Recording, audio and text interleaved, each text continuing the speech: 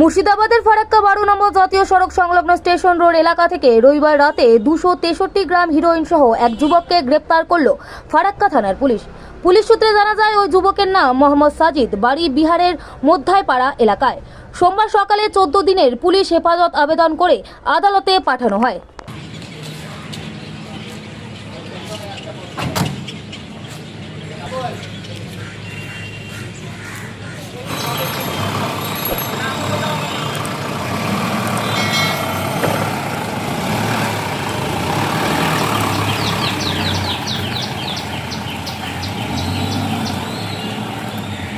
যদি এখনও আমাদের খবরের দর্পণ চ্যানেলটি সাবস্ক্রাইব না করে থাকেন তাহলে এখনই সাবস্ক্রাইব করুন, সঙ্গে বেল বাটনটি ক্লিক করুন আর পেয়ে যান সব খবরের দ্রুত ভিডিও আপডেট।